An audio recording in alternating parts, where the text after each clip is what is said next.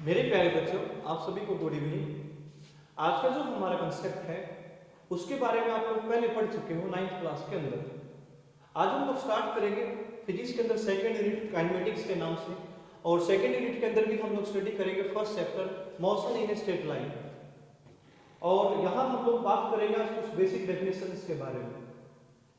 तो सबसे पहले हम लोग बात करते हैं मैकेनिक्स।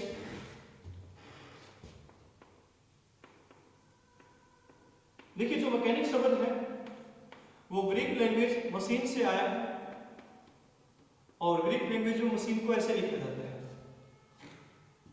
अब यहां मैकेनिक्स का कनेक्शन मोशन के साथ है, जिसमें आप क्या करते हो, मटेरियल ऑब्जेक्ट्स को मोशन के अंदर स्टडी करते हो। तो हम लिखेंगे ऐसी branch which deals with the study of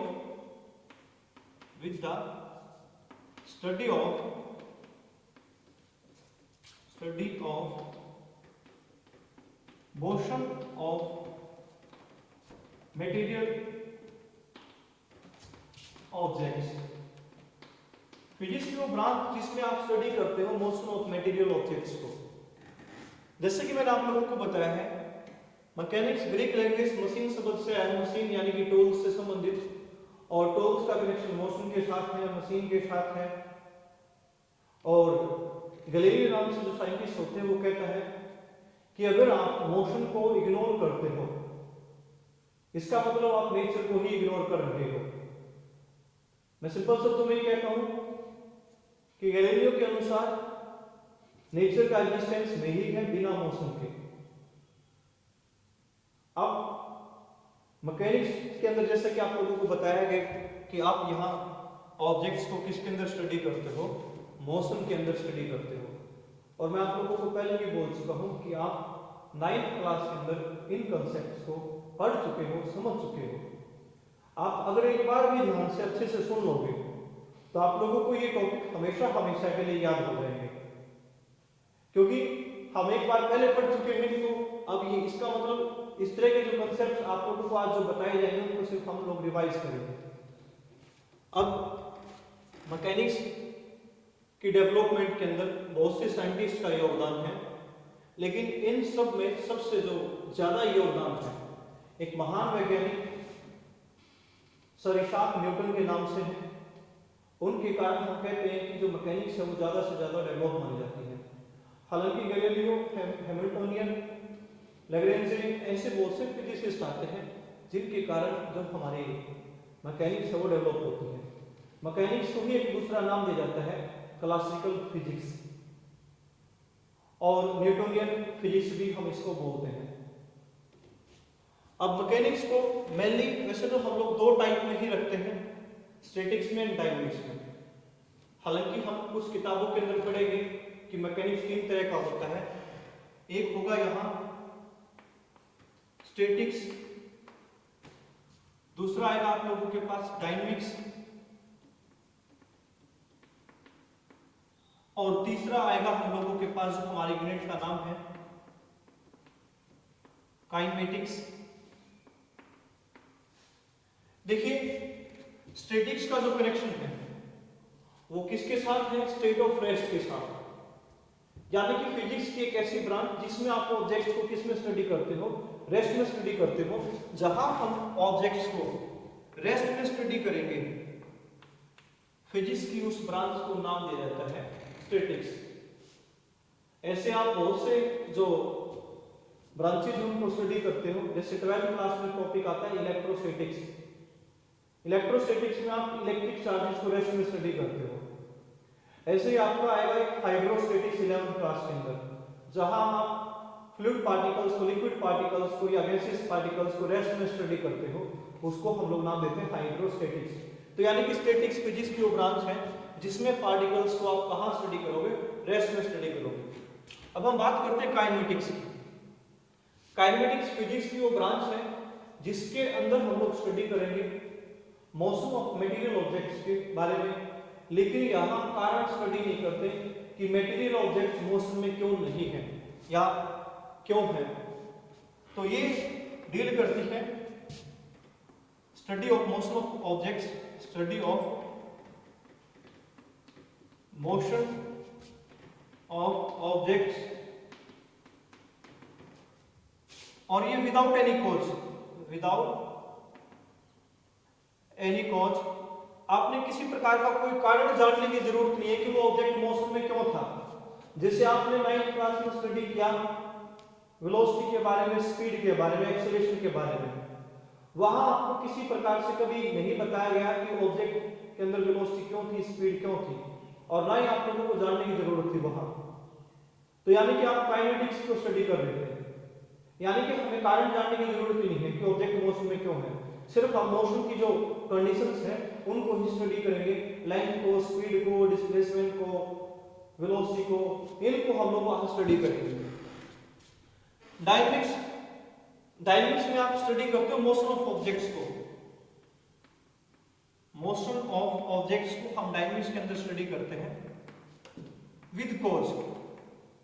यहां कारण भी जानेंगे हम लोग कि वो ऑब्जेक्ट मोशन में क्यों था।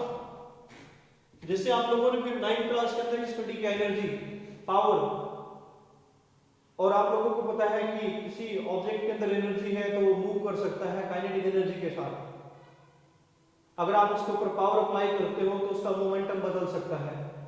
कुछ इस तरह के कंसेप्ट आप लोगों ने वहां स्टडी किए, तो इसका मतलब मोशन का कारण आप लोगों ने जाना कि वो ऑब्जेक्ट मोशन में क्यों था, तो वो डायनेमिक्स। और यहां डायनेमिक शब्द का जो कनेक्शन है वो ग्रीक वर्ड के साथ है डायनेमिक, और जिसका कनेक्शन होता है किसके साथ, पावर के साथ।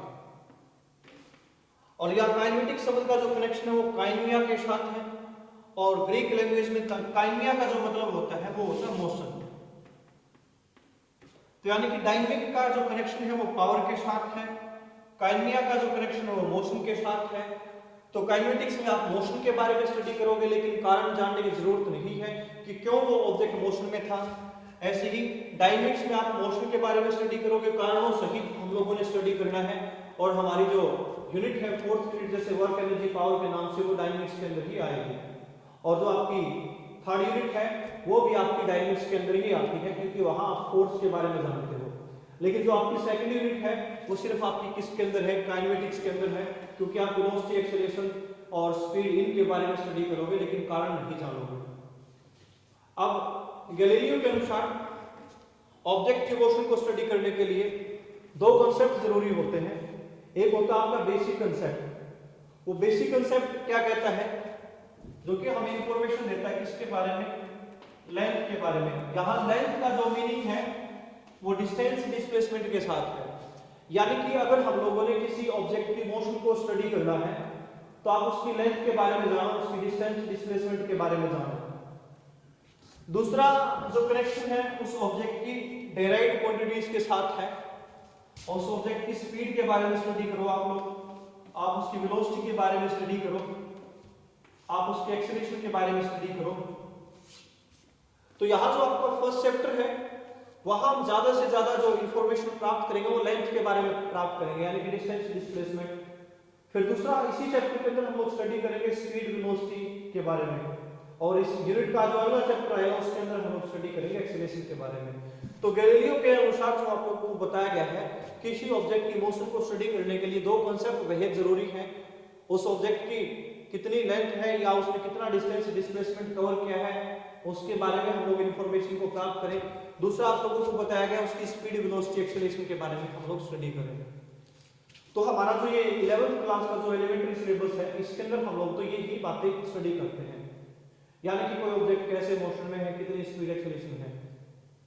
फिर हम लोग क्या करते हैं, किसी ऑब्जेक्ट की डायनेमिकल बिहेवियर को, यानी कि वो मोशन में क्यों है, उसको स्टडी करने के लिए हम किसके कंसेप्ट का भी यूज कर सकते हैं, मोमेंटम के कंसेप्ट का भी यूज कर सकते हैं। और वो मोमेंटम का जो कंसेप्ट है आपको हायर क्लासेस के अंदर हम लोग क्या करते हैं, यूज करते हैं। तो चलिए अब हम अगली डेफिनेशंस की बात करते हैं, और वो अगली डेफिनेशंस आपके पास रेस्ट क्या है, मोशन क्या है, इनके बारे में हम लोग यहाँ बात करेंगे। रेस्ट के बारे में, मोशन के बारे में, इनके बारे में हम लोग बात करते हैं। What is rest, what is motion. देखिए कोई भी ऑब्जेक्ट है वो रेस्ट में कब बोला जाता है, कोई भी ऑब्जेक्ट है उसको हम लोग रेस्ट में कब बोलते हैं? जब वो अपनी पोजीशन को चेंज ना करे with respect to its immediate surrounding, जो भी उसके आसपास की सराउंडिंग है उस सराउंडिंग के रिस्पेक्ट में कोई भी ऑब्जेक्ट अगर अपनी पोजीशन को नहीं बदलता है तो ऐसे ऑब्जेक्ट को हम लोग किस में बोलते हैं? रेस्ट में बोलते हैं। When an object does not change its position with respect to surrounding, तो ऑब्जेक्ट किस में है? रेस्ट में है। और मोशन किसको बोलते हैं हम लोग?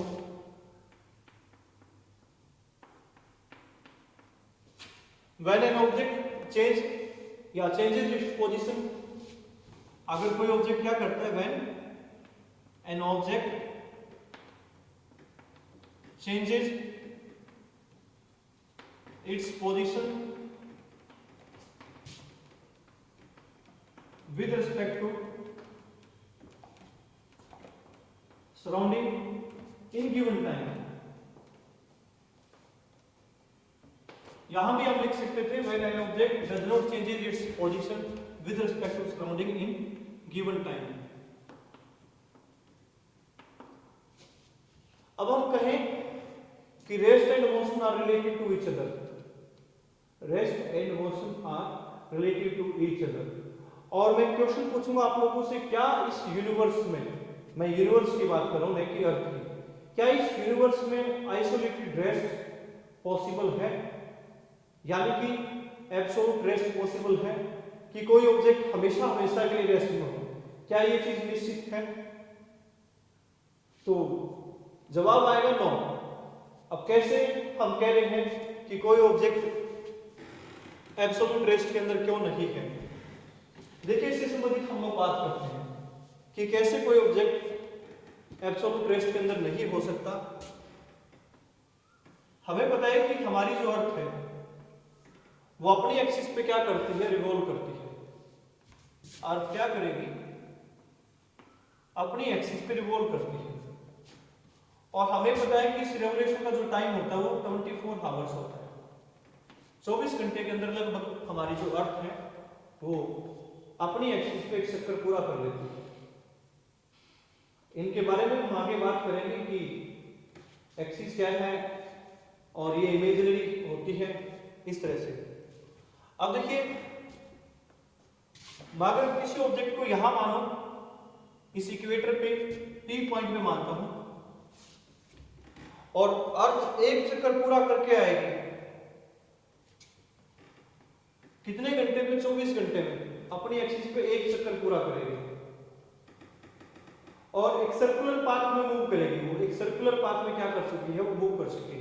यानी कि इस P पॉइंट पे जो भी ऑब्जेक्ट है, पर्सन है, कोई भी बॉडी प्रेजेंट है इस P पॉइंट पे, तो वो भी इस सर्कल में क्या कर चुकी है? घूम चुकी है।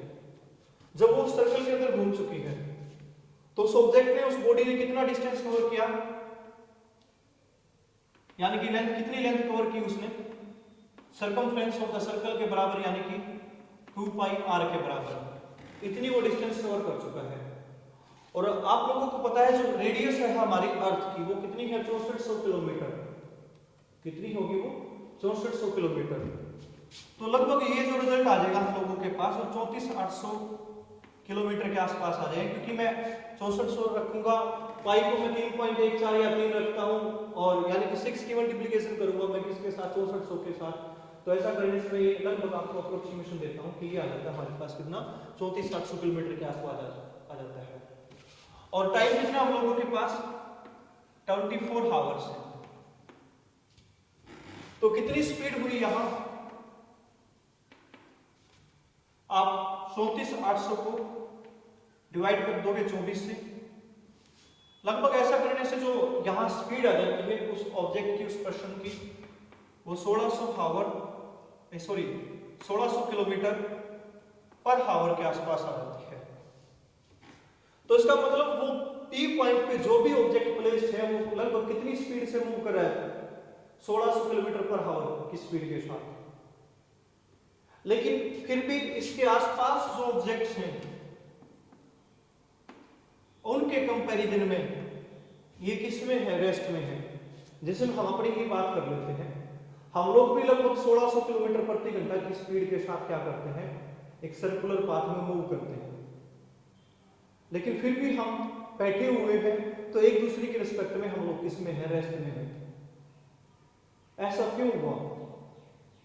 क्योंकि जो ये P1 पॉइंट है, P2 पॉइंट है, ऐसे कितने भी पॉइंट है, कितने भी ऑब्जेक्ट उसके आसपास हैं, वो सब के सब 1600 किलोमीटर प्रति घंटा के साथ क्या करते हैं, मूव करते हैं। यानी कि सेम स्पीड के साथ वो एक सर्कुलर पाथ में मूव कर रहे हैं। और जब वो सेम स्पीड के साथ सर्कुलर पाथ में मूव करते हैं तो ऐसी कंडीशन में जो रिलेटिव वेलोसिटी है, रिलेटिव स्पीड है, वो कितनी आ जाएगी, 0 आ जाएगी। इस कारण वो ऑब्जेक्ट अर्थ पे हमें किस में दिखाई देता है, रेस्ट में दिखाई देता है। जैसे ये डस्टर है, मान लीजिए ये डस्टर अब रेस्ट में है, लेकिन इसकी भी स्पीड कितनी है, 1600 किलोमीटर प्रति घंटा है सर्कुलर पाथ में, क्योंकि हमारी अर्थ अपनी एक्सिस पे क्या करती है, चक्कर लगाती है।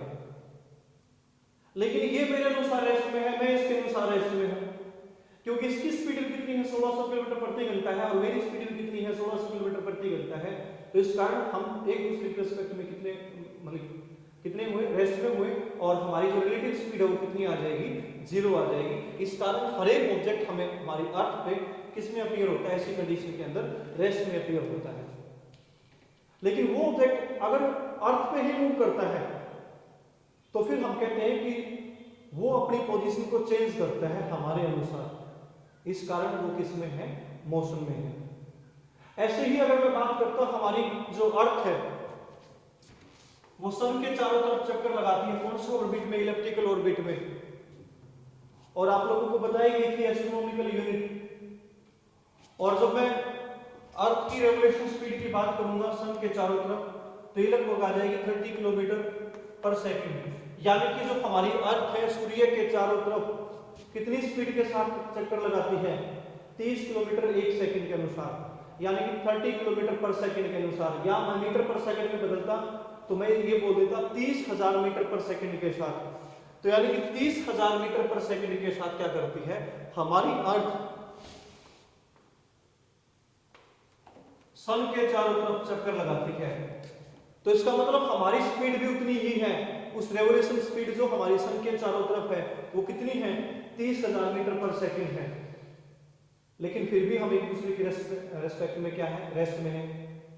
तो कारण क्योंकि हम सभी जो ऑब्जेक्ट्स हैं वो सन के चारों तरफ उतनी ही स्पीड के साथ क्या कर रहे हैं, चक्कर लगा रहे हैं। 30,000 मीटर पर सेकंड के साथ क्या करते हैं, सूर्य के चारों तरफ हम लोग चक्कर लगाते हैं।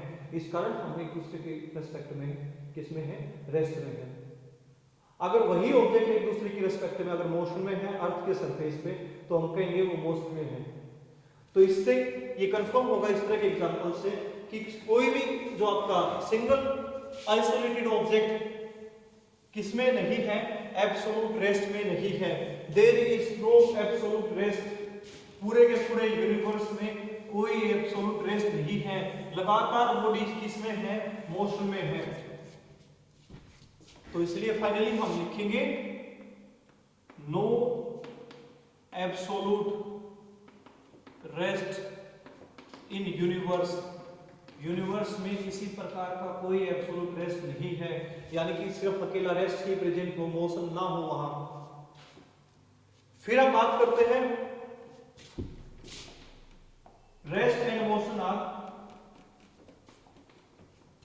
Relative to each other, relative to each other. Rest and motion क्या है, एक दूसरे के रिलेटिव है। कैसे वो एक दूसरे के रिलेटिव है, इसकी हम बात करते हैं।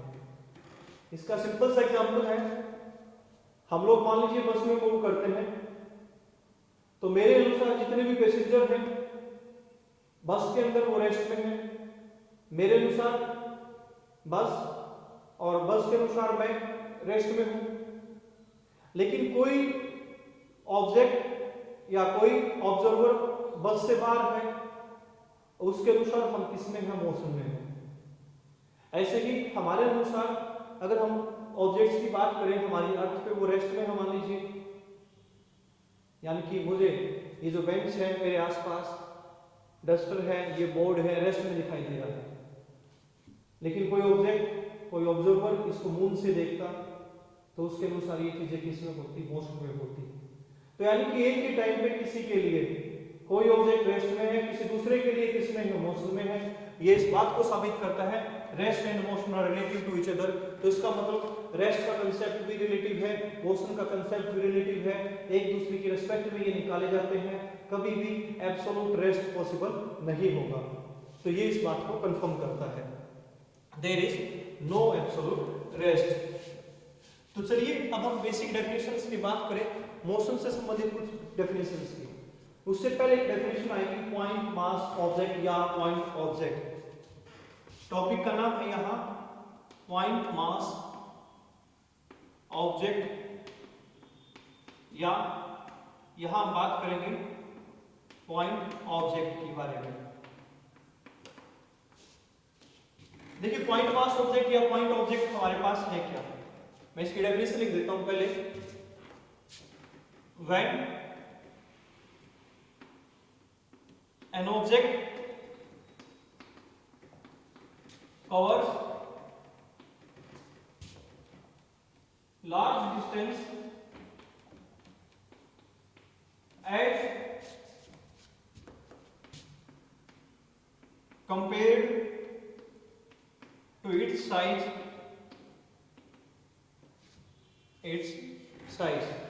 जब भी कोई ऑब्जेक्ट क्या करता है, बहुत ज्यादा डिस्टेंस को कवर करता है अपने साइज के कंपैरिजन में, तो उस दौरान उस ऑब्जेक्ट को हम पॉइंट ऑब्जेक्ट बोलेंगे।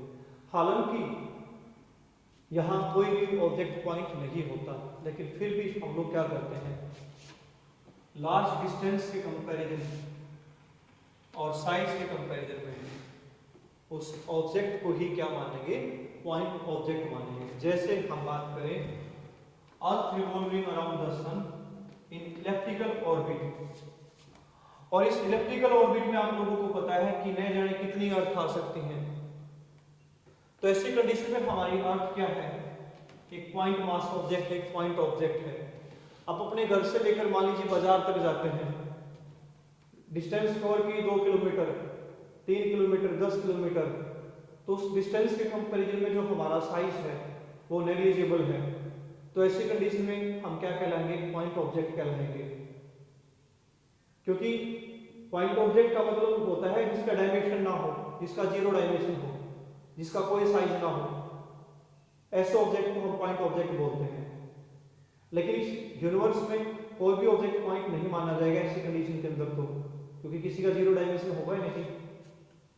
लेकिन कैसे ऑब्जेक्ट को हम पॉइंट ऑब्जेक्ट माने, तो आपको ये बताया गया है यहाँ कि ऐसे ऑब्जेक्ट को हम पॉइंट ऑब्जेक्ट मानेंगे जो ज्यादा डिस्टेंस को कवर करे अपने साइज के कंपैरिजन में, तो ऐसे ऑब्जेक्ट को ही आप पॉइंट ऑब्जेक्ट बोलते हो।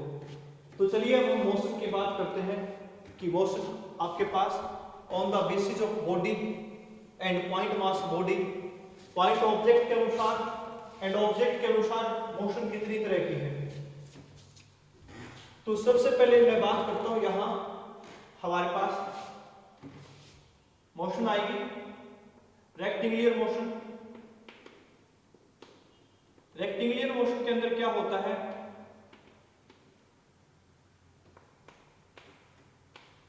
और ये फर्स्ट पार्ट है, और ये वन डायमेंशन के अंदर ऐसा केस होता है जनरली। डायमेंशन आप लोगों को बताया जाएगा कि 3 एक्सिस होती है जो एक दूसरे के परपेंडिकुलर कंसीडर की जाती है। जब आप क्या करते हो, 3 एक्सिस को कंसीडर करते हो, एक्स वाई जेड, तो 3 म्यूचुअल परपेंडिकुलर एक्सिस यानी कि 3 एक्सिस हैं जो एक दूसरे के परपेंडिकुलर है। ये मान लीजिए एक्स है, ये वाई है, ये जेड है।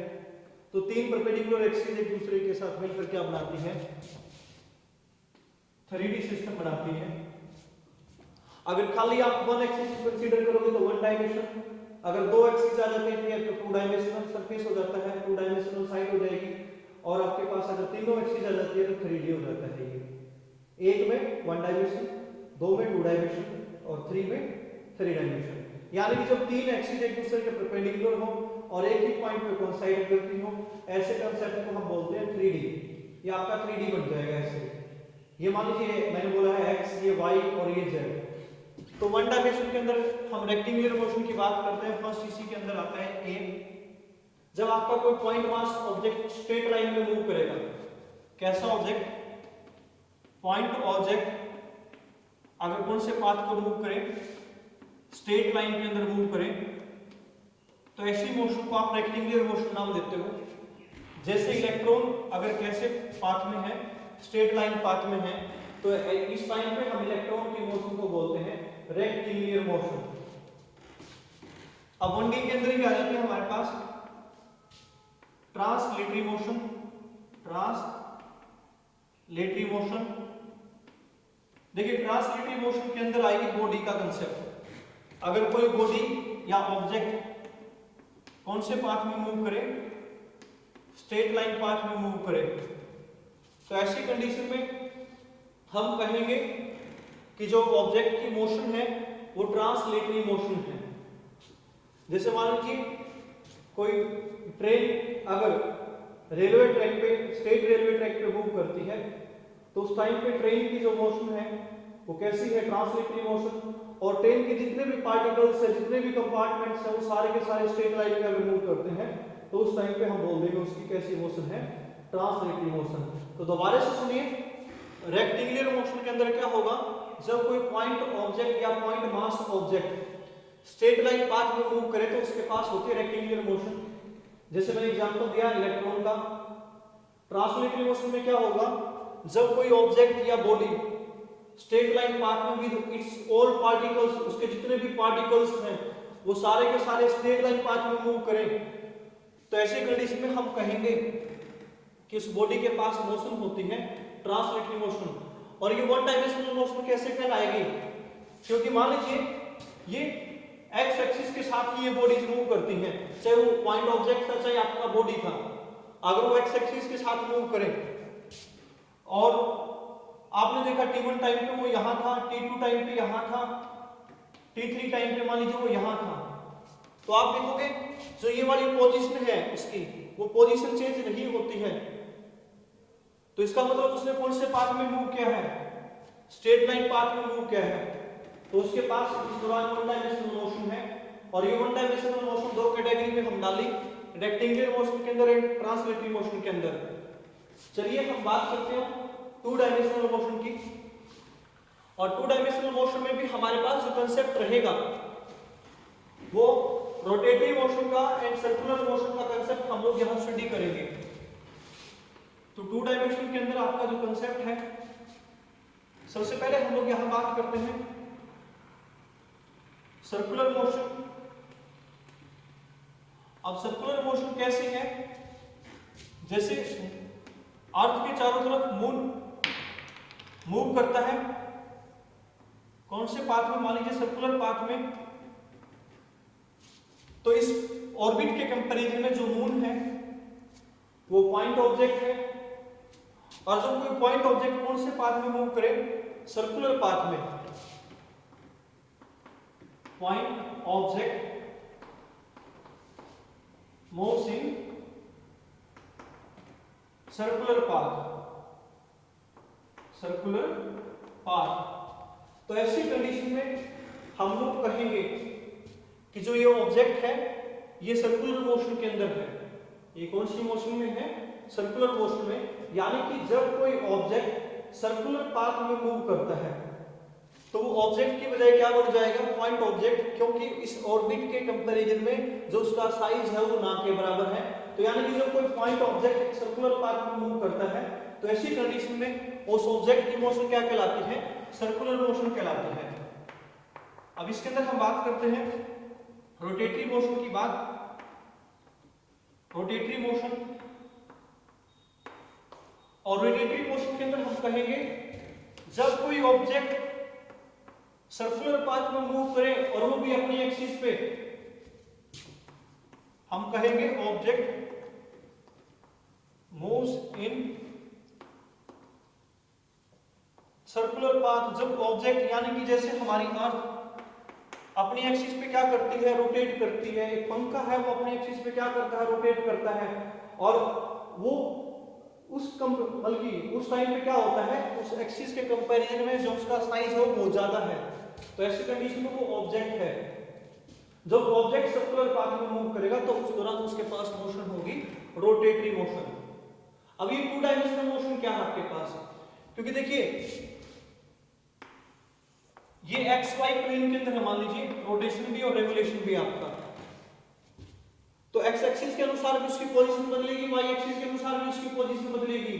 जब कोई ऑब्जेक्ट मान लीजिए ऐसे सर्कुलर पाथ में मूव करता था तो उसकी जो पोजीशन है लगातार, मान लीजिए वो पहले P1 पॉइंट पे था, फिर वो P2 पॉइंट पे था, फिर वो P3 पॉइंट पे था, तो क्या हुई, उसकी पोजीशन लगातार चेंज हो रही है। किसके अनुसार, एक्स एक्सिस के अनुसार पहले ये थी और वाई एक्सिस के अनुसार ये थी।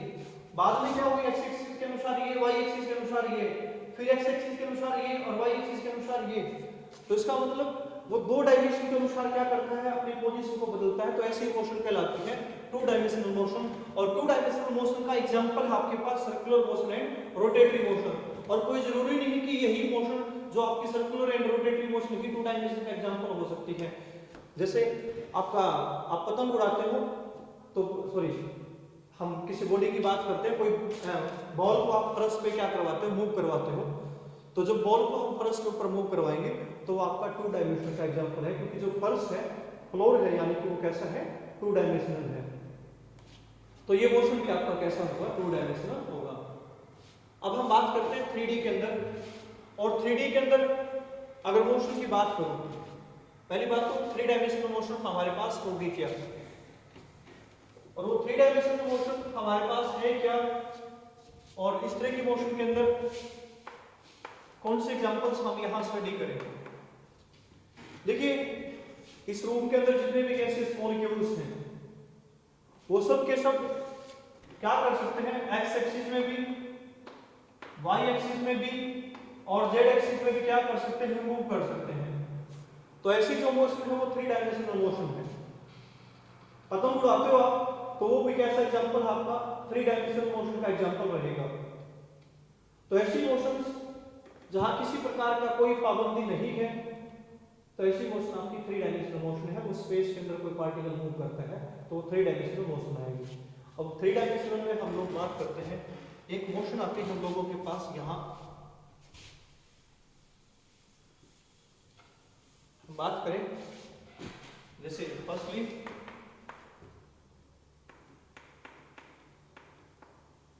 वाइब्रेशनल मोशन की बात करता हूं मैं यहां। वाइब्रेशनल मोशन,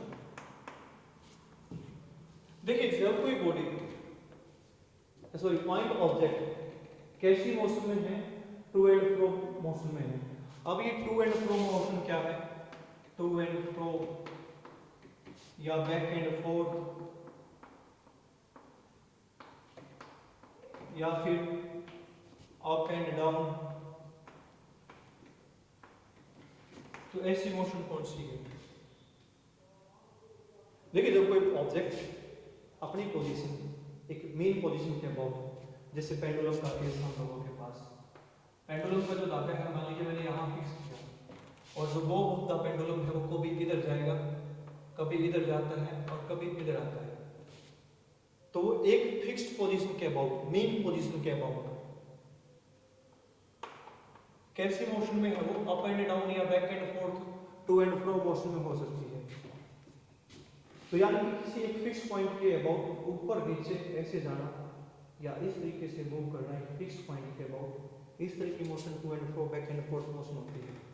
और यहाँ देखा जाता है एम्पलीट्यूड को, एम्पलीट्यूड ऑफ ऑसिलेशन को। और जो ये मैक्सिमम डिस्प्लेसमेंट होता है इस मेन पोजीशन से, उस मैक्सिमम डिस्प्लेसमेंट को हम लोग नाम देते हैं एम्पलीट्यूड। तो एम्पलीट्यूड क्या होगा, मैक्सिमम डिस्प्लेसमेंट, क्या रहेगा ये, मैक्सिमम डिस्प्लेसमेंट। अब जब ये मैक्सिमम डिस्प्लेसमेंट बिल्कुल ना के बराबर हो, बिल्कुल अपोजिट जीरो हो, तो ऐसी मोशन को हम लोग नाम देते हैं वाइब्रेशनल मोशन, इन व्हिच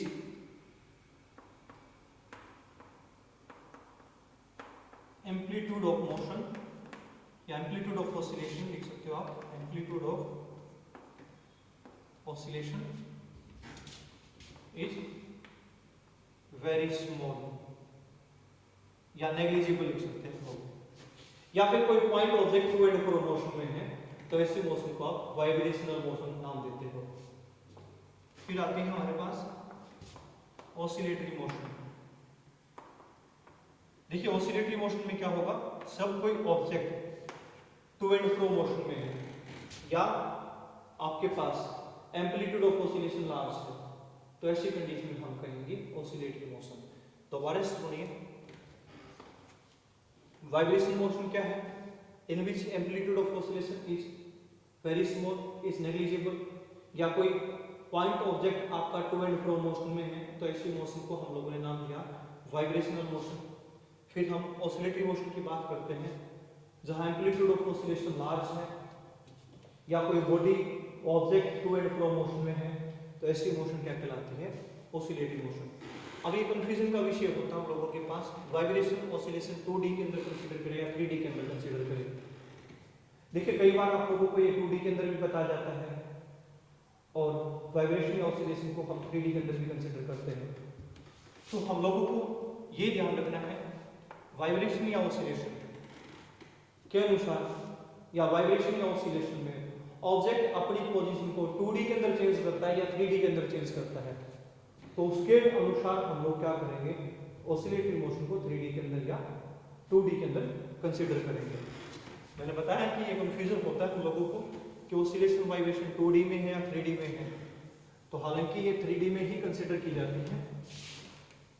अब ऐसे ही आपकी रैंडम मोशन हो सकती है जब किसी ऑब्जेक्ट के ऊपर किसी प्रकार की कोई पाबंदी नहीं है, वो किसी भी एक्सिस में मूव कर सके तो ये रैंडम मोशन है, जैसे motion of the gases molecules.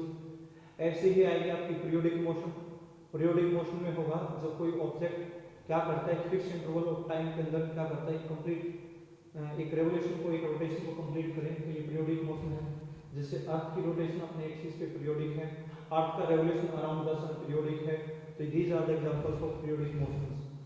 तो ये था बेसिक्स ऑफ काइनेटिक्स के बारे में, यानी कि हमारी जो सेकंड यूनिट है उसके बारे में। आज के वीडियो में इतना ही। आप लोगों के लिए आप सभी का धन्यवाद, आप सभी का दिन शुभ हो।